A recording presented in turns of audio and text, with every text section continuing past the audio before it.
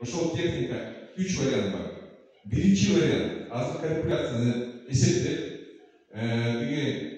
аэропорттун бүрүгүнө бекитип, ошол калькуляцияны бир бода час канча турат да, трактордун да экскаватордун. Бир коридордун аэропорттун коридоруна ийип, элге түшүрүп байыш керек да. Бүгүндөн баштап биз иштейбиз только калькуляцияны.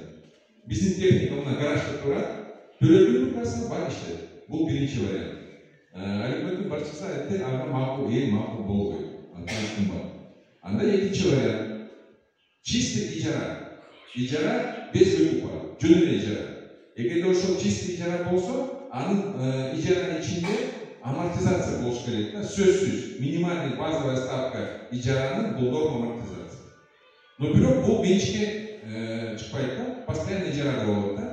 Анда ошол төлөгөн акчаны жергиликтүү бюджетке түшүп, ошол жергиликтүү бюджеттен түшкөн акчадан аэропортту водитель эмес, аэропортту өзү ремонт жасайт да. Эгерде бул чистый ижара болсо.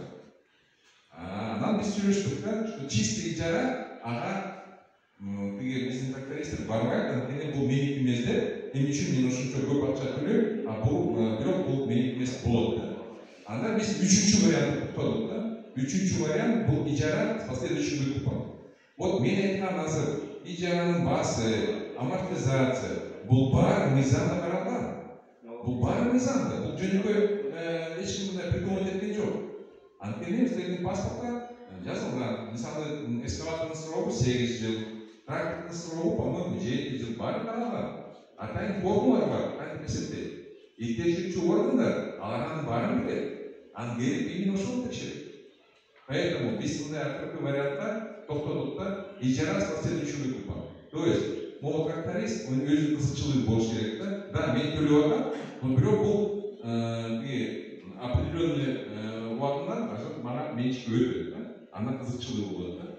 Эгерде биз чистый ижарага берсек, бир чети кымбат, экинчиден бул эгерде менчикке өтпөсө, бул кишинин кызыкчылыгы болбойт.